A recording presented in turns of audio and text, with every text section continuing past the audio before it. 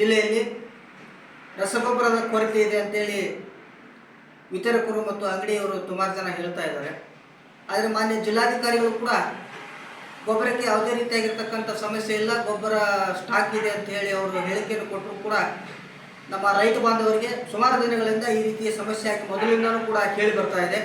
ದಯವಿಟ್ಟು ಇದನ್ನು ಗಂಭೀರವಾಗಿ ಸರ್ಕಾರ ಮತ್ತು ಆಡಳಿತ ವ್ಯವಸ್ಥೆ ಪರಿಗಣಿಸಬೇಕು. ಅದರ ಜೊತೆಗೆ ಹಾವೇರಿ ಜಿಲ್ಲೆಯಾದ್ಯಂತ ಸುಮಾರು 8 ತಾಲೂಕು 2 ಪಟ್ಟಣ ಪಂಚಾಯತಿಗಳನ್ನು ಒಳಗೊಂಡಿದ್ರು ಕೂಡ ಜಿಲ್ಲೆಗೆ ಪ್ರತಿ ವರ್ಷದಂತೆ ಕೂಡ ಈ ವರ್ಷವೂ ಕೂಡ ಗೊಬ್ಬರದ ಅಭಾವವನ್ನು ವಿನಾಕಾರಣ ಸೃಷ್ಟಿ ಆಗ್ತಾ ಇರ್ತಕ್ಕಂಥದ್ದು.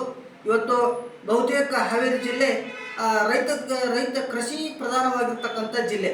ಹಾಗಾಗಿ ದಯವಿಟ್ಟು ಇದನ್ನು ಮಾನ್ಯ ಜಿಲ್ಲಾಧಿಕಾರಿಗಳು ಮತ್ತೊಮ್ಮೆ ದಯವಿಟ್ಟು ಪರಿಶೀಲಿಸಿ ಎಲ್ಲ ಇವತ್ತೇನು ರೈತರಿಗೆ ಮೂಲಭೂತ ಸಮಸ್ಯೆಗಳು ಏನಿದೆ, ಗೊಬ್ಬರದ ಸಮಸ್ಯೆ, ಇದನ್ನು ಆದಷ್ಟು ಬೇಗ ಈ ಗೊಬ್ಬರದ ಸಮಸ್ಯೆಯನ್ನು ಬಗೆಹರಿಸಿ ರೈತರಿಗೆ ಅನುಕೂಲತೆಯನ್ನು ಮಾಡಿಕೊಡಬೇಕು. ಹಾಗೆ ಸಂಬಂಧಪಟ್ಟಿರ್ತಕ್ಕಂಥ ಈ ಅಂಗಡಿ ಮುಂಗಟ್ಟುಗಾರರು ಏನಿದ್ದಾರೆ ಅವರಿಗೆ ದಯವಿಟ್ಟು ಒಂದು ಸ್ವಲ್ಪ ಕಾನೂನು ರೀತಿಯ ಕ್ರಮವನ್ನು ಕೈಗೊಳ್ಳಬೇಕು ಅಂತ ನಾನು ಈ ಮಾಧ್ಯಮದ ಮುಖಾಂತರವಾಗಿ ನಮಗೆ ಮನವಿಯನ್ನು ಸಲ್ಲಿಸ್ತೇನೆ. ಅದರ ಜೊತೆಗೆ ಮಾಧ್ಯಮಗಳು ಕೂಡ ಇದರ ಕಡೆಗೆ ಗಮನ ಹರಿಸಬೇಕು. ಈ ಒಂದು ವಿಷಯವನ್ನು ಗಂಭೀರವಾಗಿ ಪರಿಗಣಿಸಿ ಇದನ್ನು ಬಿತ್ತರಿಸಬೇಕಂತ ನಾನು ಕೇಳ್ಕೊಳ್ತೇನೆ. ಅದರ ಜೊತೆಗೆ ರೈತ ಮುಂದಿನ ದಿನಗಳಲ್ಲಿ ಈ ಕ್ರಮವನ್ನು ಕೈಗೊಳ್ಳದೆ ಹೋದರೆ ದಯವಿಟ್ಟು ಮಾನ್ಯ ಜಿಲ್ಲಾಧಿಕಾರಿಗಳಲ್ಲಿ ನಾವು ಮನವಿಯನ್ನು ಮಾಡ್ತಾ ಇದ್ದೇವೆ.